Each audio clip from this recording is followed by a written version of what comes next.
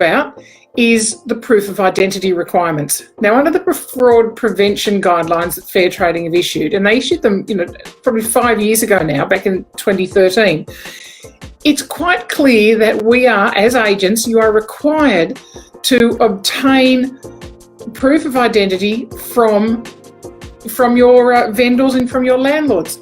Now, salespeople are getting better at doing this, although I do see a lot of files when we're out doing our compliance checks that don't have any identity checks in there.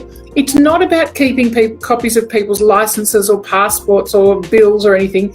It's about you acknowledging that you have cited these documents. If I were your client, I'd think twice about, you've got a copy of my driver's license, a copy of some of my bills, you've got all my bank details. Yeah, not that happy about you having all of that on your system. So, and a lot of people would think that way. So it's not about you getting copies of this from your people, but it is about you saying that you have cited those originals, making sure.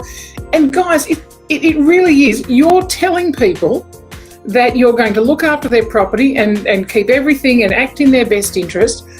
And then you're not ensuring that the person you're signing the agency agreement with, particularly in property management, your property managing agency agreement with is actually the owner of the property.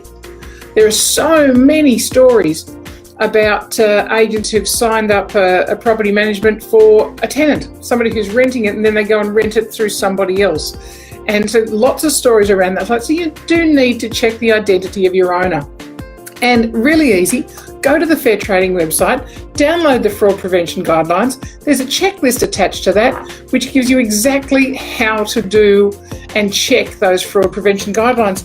And when you read the fraud prevention guidelines, the third section in there actually directs you to the law that this relates to. And it's relating to Section 37 of the Property Stock and Business Agents Act, which says that you actually need to follow anything that's in the regulations. Now, the maximum penalty here is 100 penalty points, and that's $11,000. So, not a good point to be getting penalty notices on these ones. If you don't do this, you are actually breaching 4 points of the rules of conduct, which is Schedule 1 of the Property Stock and Business Agent regulations, or regulation. There's rule of conduct number 2, which is saying that you must comply with fiduciary obligations. So because your landlord is putting a trust in you, your vendor is putting a trust in you, and fiduciary duty is a duty of trust. So you have to make sure that you're doing the right thing. And part of that is you are checking who is the actual owner of that property.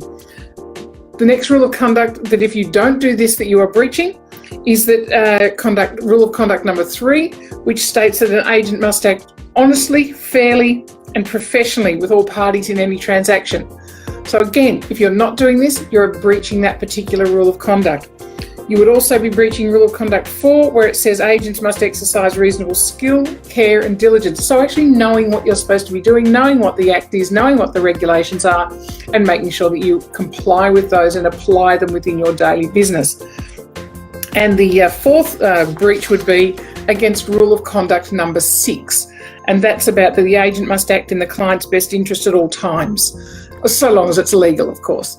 So, there's 4 points that if you don't get proof of identity of your clients, you're actually breaching the rules of conduct. And as I said, a maximum penalty there of $11,000, not worth doing, both from the time and effort of being investigated and the cost of that. And obviously also your reputation. So really, those of you in property management, that's where I'm seeing it more, that you're not getting this. You all get, your 100 points of ID for your tenants when you're doing a tenancy check.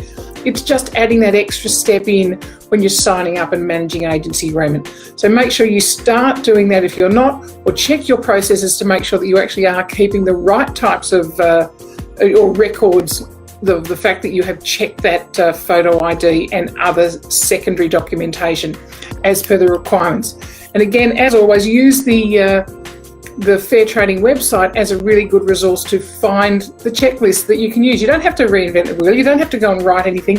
It's all there for you. So go and grab that off the website. All done and dusted.